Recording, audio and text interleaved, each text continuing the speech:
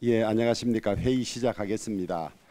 오늘은 국정감사 사전 점검 회의로 진행을 하도록 하겠습니다.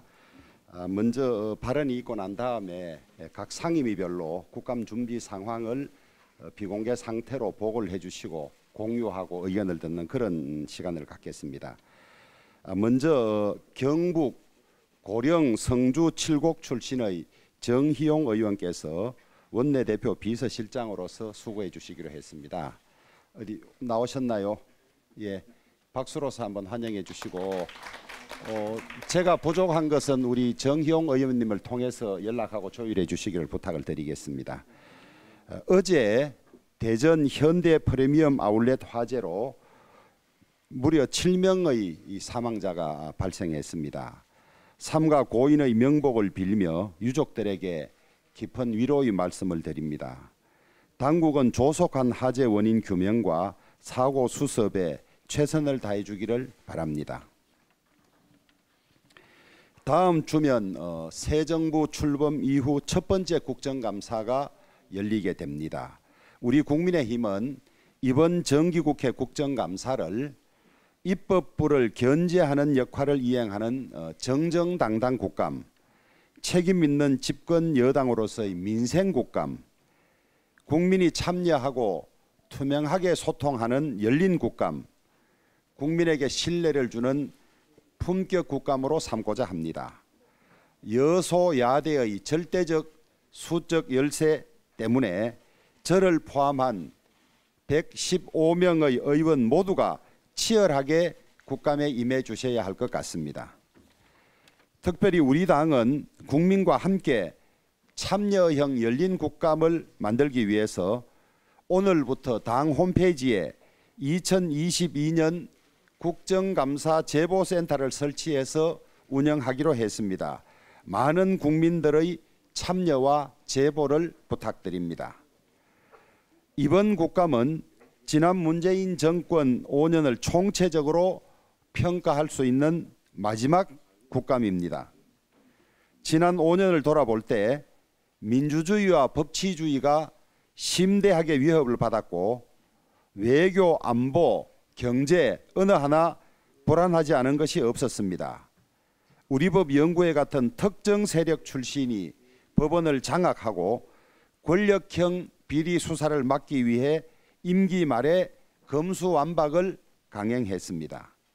대북 굴종 외교와 동맹화해, 소득주도 성장과 성급한 탈원전 정책, 태양광을 둘러싼 각종 비리 의혹, 불법 파업 묵인, 방송 장악, 임기 말 알박기 인사 등 일일이 나열하기조차 어렵습니다.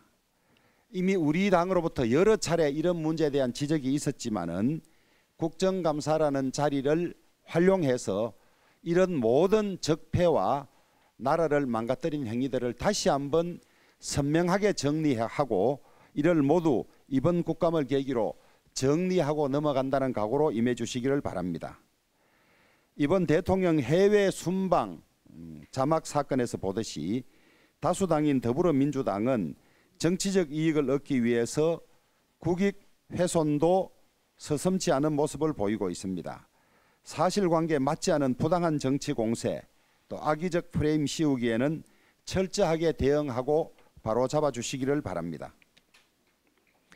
과거 의혹만 부풀리는 정치 공세와 호통만 난무하는 구태국감은 우리 국회의 품격과 국민의 신뢰를 떨어뜨렸습니다.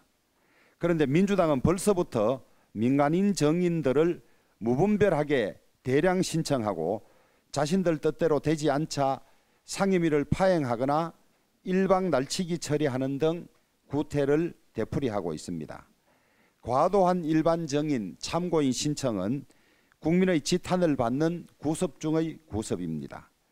의원들이 정인들에게 가장 많이 하는 말이 짧게 단답으로 말하라였으며 2009년부터 지난해까지 일반 정인 중에서 10%는 아무 말도 못하거나 한마디 단답만 하고 돌아갔다는 언론 보도도 있을 지경입니다. 일반 정인은 기관 정인과 달리 생업에 종사하거나 기업을 운영하는데 국감으로 인해 업무상 피해를 입어도 보상할 방법이 없습니다. 민주당은 을지로위원회를 운영하면서 갑질을 철저하게 비판하고 방지하는 일을 하고 있습니다. 정인의 대량 신청과 채택이 민주당의 국회의 갑질은 아닌지 다시 한번 돌아보기 바랍니다. 민생이 어려운 가운데 국정감사를 실시하는 만큼 국민의 눈살을 찌푸리게 하는 이슈 몰이와 정치 공세는 건절되어야 할 것입니다.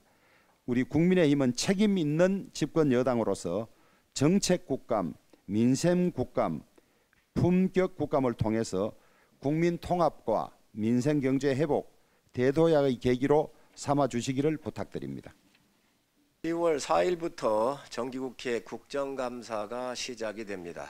대내적으로 민생이 어려운 시기인 만큼 이번 국감은 민생이 최우선 되어야 합니다. 하지만 민주당은 말로만 민생을 앞세우고 있지만 실상은 준비된 트집 잡기, 국정 발목 잡기, 편가르기 정책 등으로 정쟁 국감, 정치 국감으로 전락시킬 가능성이 매우 높습니다. 이번 국감은 원내대표님께서 말씀하신 것처럼 정쟁 국감이 아니라 정정당당 국감, 민생 국감, 대한민국의 희망과 회복의 국감이 되어야 합니다. 국감을 통해서 지난 정부의 잘된 부분은 계승하고 잘못된 부분은 바로 세워 대한민국을 정상화시키면서 공정과 상식이 바로서는 변곡정 국회로 만들어야 합니다. 정책위는 국회의 정부 견제라는 국정감사 본연의 취지를 살려 민생을 챙기도록 하겠습니다.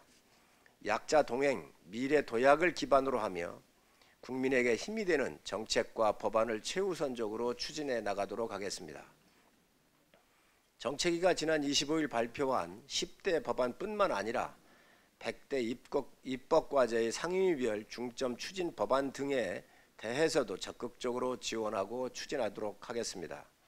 민주당은 자신들이 집권 여당일 때도 통과시키지 않은 법안들을 지금 와서 통과시키겠다며 국회와 민생을 기만하고 있습니다. 국민의힘은 포퓰림적 정책이 아니라 약자, 민생, 미래를 위한 꾸준한 정책 실천으로 반드시 초일류 국가의 초석을 다지도록 하겠습니다. 역대 최대 규모인 45만 톤의 쌀 매입 조치를 했음에도 민주당이 양곡관리법안 개정안을 단독으로 상정하여 강행 처리를 하려 하고 있습니다. 도대체 민주당의 양곡관리법은 누구를 위한 법안인지 묻지 않을 수가 없습니다. 국민의힘은 안건조정위에 회부를 했습니다. 민주당이 묻습니다. 농민을 그렇게 위한다면 양곡관리법을 왜 문재인 정권에서는 처리를 안 한 것입니까? 농정 실패의 책임은 문재인 정권에 있습니다. 2020년 흉년시 시장에 10만 톤의 쌀이 부족했는데 문 정권은 정부 비축미 30만 톤을 풀어 시장을 교란시켰습니다. 2021년 풍년에도 27만 5천 톤만 수매 격리하면 된다고 했지만 통계 수치조차 틀려 윤석열 정부가 들어서자마자 10만 톤을 추가 격리해도 쌀값을 안정시킬 수가 없었습니다. 문재인 정부가 2년 전 폐지한 쌀 대체작물 제도로 쌀값 폭락의 주범이었습니다. 농민에 대한 사과 한마디 없이 이재명 대표는 민생 운운하며 양곡관리법을 날치기 통과시켰습니다. 민주당에 묻습니다. 국민들이 쌀만 먹고 삽니까? 다른 품목은 어떻게 할 것입니까? 무, 배추, 마늘, 생강 등 잉여 농산물 모두 다 국가가 의무 격리를 할 겁니까? 잉여된 축산물, 수산물은 다 어찌할 겁니까? 이것도 국가가 다 격리를 할 것입니까? 농산물은 하늘의 일기에 절대적 영향을 받습니다. 대한민국은 시장경제의 나라입니다. 협동농작의 나라가 아닙니다. 최소한의 시장 개입을 통해 수급을 조절하면서 농민의 적정한 삶을 보장해줘야 합니다. 민주당에 제안합니다. 양곡관리법에 대해 양당 TV 토론을 요청합니다. 어느 당이 농민과 국민의 삶에 진중하게 접근하고 있는지 토론을 한번 하십시다. 어제부터 실외 마스크 착용 의무가 해제되었습니다. 감염 고위험 상황을 제외하고 현재 남아있는 방역 조치 완화에 대한 국민적 요구도 커지고 있습니다. 특히 감염 위험이 적어진 시설들에 대한 방역 조치를 탄력적으로 조정해달라는 현장의 목소리가 높습니다. 요양병원, 요양시설 등에서는 이번 추석에서도 유리창이나 비닐 장막을 사이에 둔 채 얼굴만 보는 면회만 가능하고 가족 간 손 한 번 잡지 못하는 가슴 아픈 상황들이 재현되었습니다. 유행세가 진정이 되고 있고 감염 취약시설 내 집단 감염 사례가 감소를 하고 있습니다. 감염 취약 복지시설 내 대면 접촉 면회 허용을 방역 당국과 관련 위원회가 긍정적으로 검토해 주시기를 요청합니다. 또한 입국 후 일주일 내 PCR 검사 의무 역시 실효성이 낮고 국민들의 불편은 큰 조치들로 개선이 필요한 시점입니다. 국민의힘은 이러한 불편함이 없도록 당정 협의를 통해서 문제를 풀어나가도록 하겠습니다.